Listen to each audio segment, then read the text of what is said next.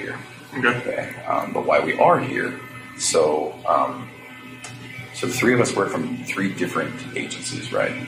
Quite a bit different. CBI, FBI, and Frederick PD. Different goals. And the things that happened with you kind of all brought us together. And as the months have passed on since everything happened, we just keep in touch with each other and we keep talking to each other. And we've all separately kind of said,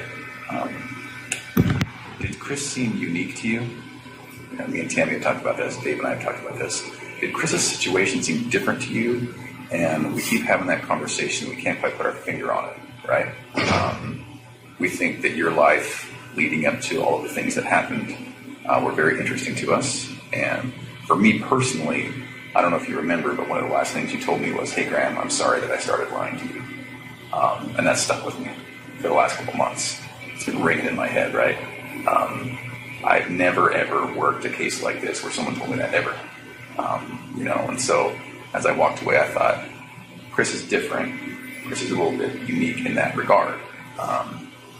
So in talking with Tammy and talking with Dave, I said, what did you feel like when it all went down? When we were there, when we were talking to you guys, and we all kind of, in our own different way and in our own different wording, said it all happened a bit too quick for us, right? So when we saw you last, we were talking about your family, about your parents, about everyone. And then the next thing you know, for me and Tammy and for Dave, all of a sudden some patrol officers came in and arrested you. And that was far quicker than we had hoped it would happen. And you understand why that happened, and we understand why that happened. But it left us with 1,000 questions that we didn't get to ask. And then even more importantly, I think it probably left you with 1,000 things that you didn't get to talk about with us. I don't know if you feel that way or not, but and so that's why we're here today. We wanted to kind of talk to you a little bit more about everything. I think there's a lot of things that you didn't get to talk about, and so that's why we're here. And it sticks with me that to this day, there's not one person that's told me, I saw it coming. I knew Chris was like that. I knew it. Not one person. So it's interesting to me, right? Not one. So we want to talk a little bit about that. Some of the people that we work with, your family, Shanann's family, have said, if you get to talk to Chris, would you tell him some things for me? So we have that to talk about today, and it's good. I think you'll like it. I think it'll give you some closure. And so really that's why we're here. Are you available to talk to us? Definitely. Okay. All right. So off the bat, if you have any questions, just tell us. Okay. If there's something that you don't want to talk about, that's okay. We might press you a little bit. Okay, we might say, well, do you mind if we just maybe then ask one question? Something makes you uncomfortable, just tell us. If we need to take any bathroom breaks, we can take bathroom breaks. For anything like that. And we'll take bathroom breaks and water breaks ourselves too. So then, is there anything about your schedule today that makes it that you can't talk to us? No, there was like a pass for this and the AM and the PM. Okay. They reserved the room the whole day, just in case. That's just what they do. Okay, I didn't know if that was like two separate things or something. I think you have to go back for lunch to get counted for or something. Accounted for. Yeah, I think 11:30. Lunch is like 11, but they count for like 1:15. So in general, how is it here? It's a lot different in Colorado. Is it? It's Good or bad? It's better, I think, because it's here. I'm actually around other people. In Colorado, it was just like I was segregated, and it was like pounding on the walls all night, screaming, and just just telling me from other people. Oh, really? They're just telling me like how I should kill myself and like what they're gonna do to me and just like all that kind of stuff. So it was today. This is a lot different because people here don't seem to. It's not like they don't care, but it's just kind of like they don't like judge you as soon as you walk in. Colorado was like they knew why I was there and that was it. They were just like they had 1 second alone with me. It would have been really. They would. Gee, man. Must be out then. I don't like what kind of jail. I don't know what it was like in DOC there, but they had to lock down the jail for me to walk down the hallway. Wow. At Weld? So they had to make sure you were completely separated from anyone else. Jeez. Wow.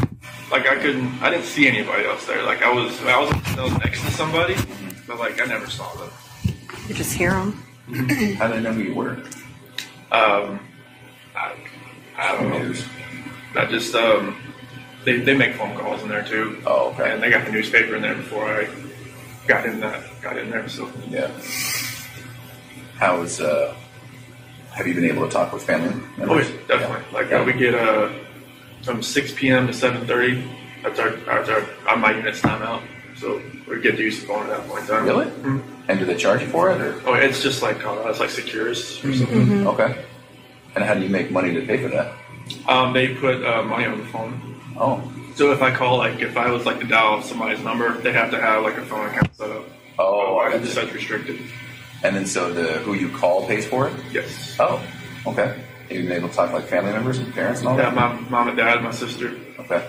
Good. Is that a good thing? That's a good thing. Definitely. Good, man. Yeah, they don't hear from me. They're like, "Oh, what's wrong? What's going on?" Oh, good. Yeah. And how is it with them? And so far, so good. Yeah. Yeah.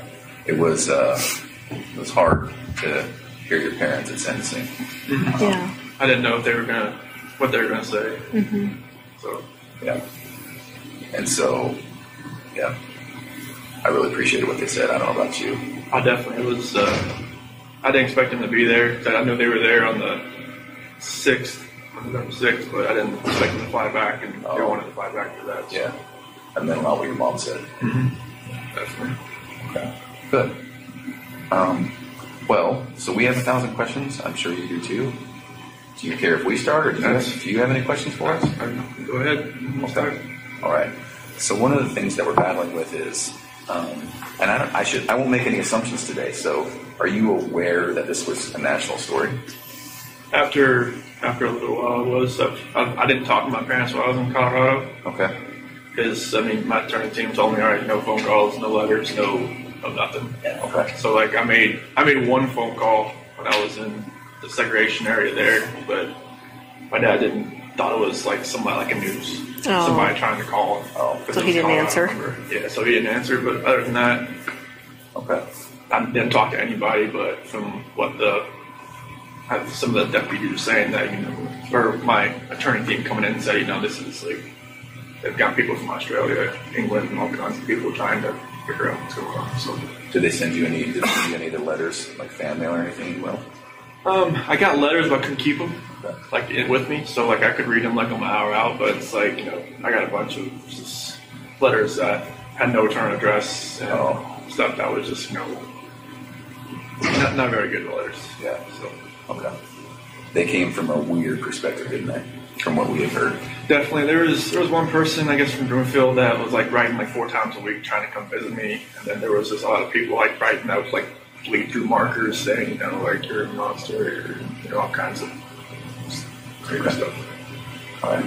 Well, we're going to talk about some hard issues today, but I don't intend to take you to a dark place today. Okay. I hope that when we're done, you'll feel better. I hope it'll be therapeutic. We're going to talk about, obviously, what happened with your family, and so that's going to be hard to talk about. I appreciate anything you can tell me about it. If you need to take time out, if you need to get a tissue, that's fine, right? I think it'll be very good for you. It'll be good for us. And so one of the reasons I asked about that national attention is we were aware that you were getting a lot of letters, a lot of interest, and then us personally as law enforcement, we got so many people who claim to have known you, claim to have been with you, dated you, slept with you, and 99 times out of 100, they were just crazy people, right? And so maybe that's a good place to start. Had you heard about any of that? John Walsh, he told me about some dude from Wyoming. Yeah. Trent? Yeah, that guy. That blew my mind. I was like, who the hell is this guy? And who told you about that?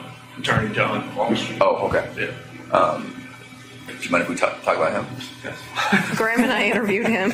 You had to? Yes. Waste of our lives. Yes. So Trent, in summary, Trent came in and said, met you online on a dating app, had a few, casual but quick sexual encounters with you. And let me be very clear. not only are we not here to jam you up today, we're also not here to judge you.